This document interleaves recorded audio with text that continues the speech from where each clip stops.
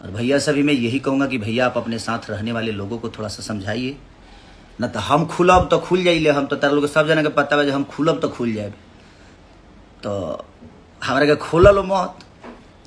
आ के का ह के का ना ह के कैसन ह के कौन लकीर खींचेला के का कैले बा हम काल बतियाब। अभी ये बार ना बतियाब जा तनी शूटिंग पर।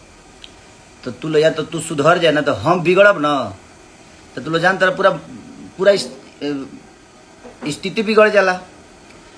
तो हम भैया से, अपने बड़े भैया से रिक्वेस्ट करेंगे कि वो आपके साथ रहने वाले 24 घंटे लोग हैं, उनको प्लीज़ आप थोड़ा सा कह दीजिए। क्योंकि मैं अपने लोगों को बोल दिया हूँ कि यार कोई भी बात मत करो, गाने की बातें करो, अच्छी चीज़ों की बातें करो, चर्चा करो तो भोजपुरी भाषा के बेहतर के लिए चर्चा हो, हम सब भाइयों को बड़ा करने का चर्चा हो, किसी को नीचे दिखाने के लिए चर्चा ना हो। अतर लोग को कुछ होता तो खेसारिये से कंपेयर होता है। तो तू सुधर ना तो हम बिगड़ब न बाबू, तो हम बिगड़िए जाइले। तो हमरा के खोदल मत ना, तो हम खोदब न तो पूरा स्थिति खोदा जाला। तू लोग तो जानता रह। तो प्लीज अच्छी बातें है भैया मेरे गाए और प्यारा सॉन्ग है वो, हम सबसे अपील करेंगे। बट ये आखिरी थोड़ी है, इसके आगे भी हम सबको करना है। और मेरी शुभकामना है भाई के साथ कि भैया और बेहतर करिए। और तार लोग कंपेयर करते रहते तो हर चीज़ में कंपेयर करा, डांसों में करा, वीडियो में करा, एक्टिंगों में करा, कॉमेडियों में करा, गायकियों में करा, हर चीज़ में करा, समाज से लेके परिवार से लेके हर चीज़ में कंपेयर करा लो। खाली एगो बेमतलब कि तू लो लकीर खींचे वाला जब बात करता रह। तो उदित भैया तो 10,000 गाना गौले हुई हैं, वो बिहारे के हूँ मैं। तो वो लकीर ना हो। श्रद्धा सिन्हा जी जो हमारी लीजेंड है, उन्होंने बहुत प्यारा भोजपुरी को बड़ा करने में योगदान रहा। पंकज त्रिपाठी जी बिहारे के हैं, हमारे गोपालगंज जिला के हैं, उन्होंने हिंदी में इतने बड़े बड़े लेवल पे काम किया। वो गौरव नहीं है, वो लकीर नहीं है। मनोज बाजपेयी जी, संजय मिश्रा जी, भरत शर्मा जी, गोपाल राय जी, ये जितने भी हैं लीजेंड जो हैं, ये सब का है भाई, ये सब वो लकीर ना हो। तारा लो बेमतलब कि खेसारी से कंपेयर, मैंने कहता हूँ खेसारी के नीचे देखा क्योंकि नीचे देखा दला से कोई बड़ा हो जाई ना। हमारी शुभकामना है कि हमारी भोजपुरी भाषा के और भी मेरे भाई हैं और जाकर लोग हिंदी में गाएं, लेकिन उससे हमारी भाषा का कोई मान सम्मान नहीं बढ़ने वाला।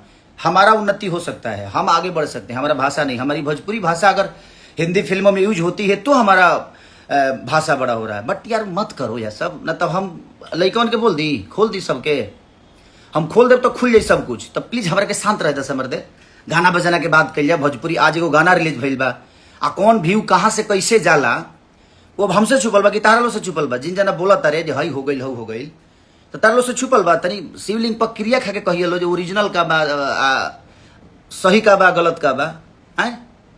तो प्लीज रिक्वेस्ट बा, हम अपना भैयों से कहो कि भैया तनी कुछ चमन वो साथे बा लोग के समझाई, ना तो हम अपना लइकन के बोल देव ना, तो फिर ओकरा बाद दोसर स्थिति होखे लगी, फिर शुरू हो जाए ड्रामा। तो ड्रामा मत करो लो बाबू, न तो जानते रहो हमारे बारे में तो जानते रहो कि हमारा इतना केहू नहीं बोली। तो प्लीज रिक्वेस्ट यू। और कुछ जना कहत रहे कि दूसरा जन्म लेने पड़ेगा। भगवान हम अच्छा कर्म कैलिए बनी तो हमारा दूसरा जन्म मिल जाई, लेकिन वो नहीं आ। बड़े भाग मनुष्य तन पावा, सुर दुर्लभ सब ग्रंथ ही गावा। बड़ा भाग से मनुष्य के तन मिलेला यार। तो इमें जे निमन कर्म करेला नु वो करे फिर दोबारा जन्म मिले के मरेला। आ कर्म खाली गायकी से ना होला, एक्टिंग से ना होला, कर्म में बहुत कुछ आवेला। तो ओकरा के ध्यान रख लो। आ तू लोग ई मत कर जो हम अपना लइकन के बोल दी कि शुरू हो जाए सब।